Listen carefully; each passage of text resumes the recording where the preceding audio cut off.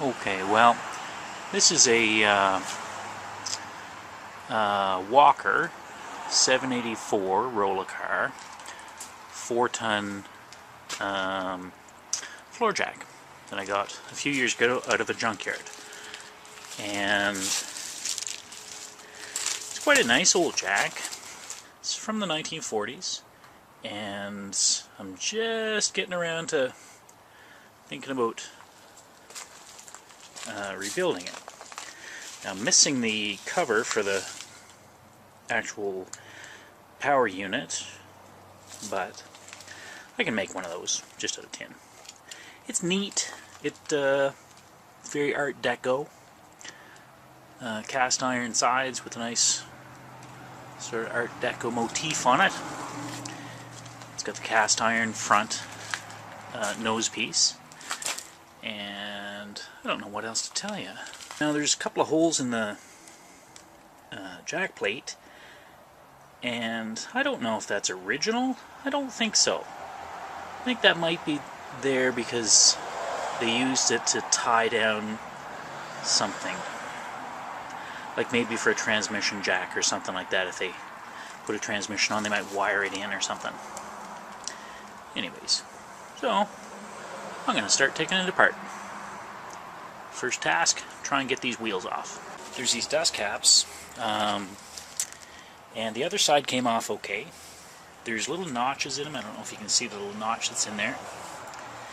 And if I used a pair of fencing pliers, and they pried off okay on the other side. And that's what it looks like inside.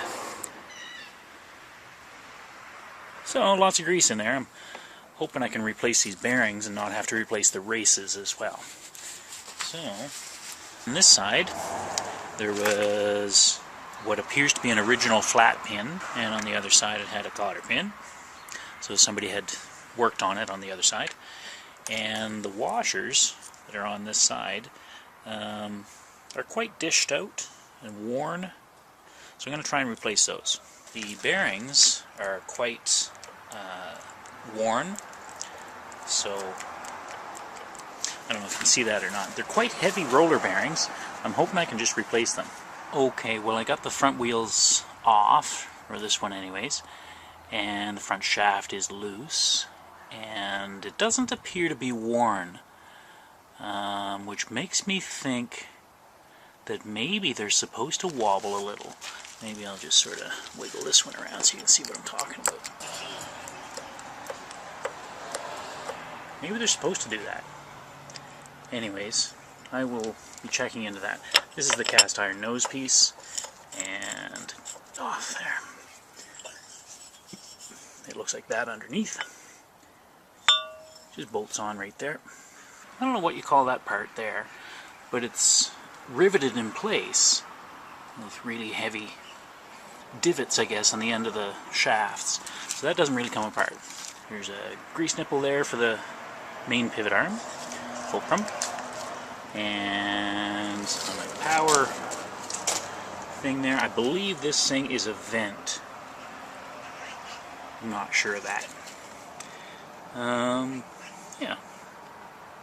And down in here there's the number G924. I realize that's hard to see. And what else? These are things that I have found that other people like to know about. My nameplate is not... Well, it actually, you can read it. I realize you probably can't in the camera, but you can read it. It's just not very good. There's a weld job on the handle. These rear wheels are staked in place, and there's a little pin there, like a punch pin. They didn't have Loctite back in the 30s and 40s, and so I'm using one of these impact drivers and just hitting it like that, and that's how you get them out without damaging them. So the wheels are all off, including these back wheels, and I didn't damage the screws, and there's little individual ball bearings in there, and so yeah, I was careful to keep those. I think I might have lost one. Anyways, I'm trying to get this handle thing off, And well, I did get it off, and there's 2 pins. So that's the arrangement of them. I'm going to show you just how this mechanism works. This is what was under the handle. So you put it back like that, and that allows you to index. Anyway, so it allows you to index into these holes right here. And yeah, I'm not sure just how that thing works, but I'll clean it all up anyways.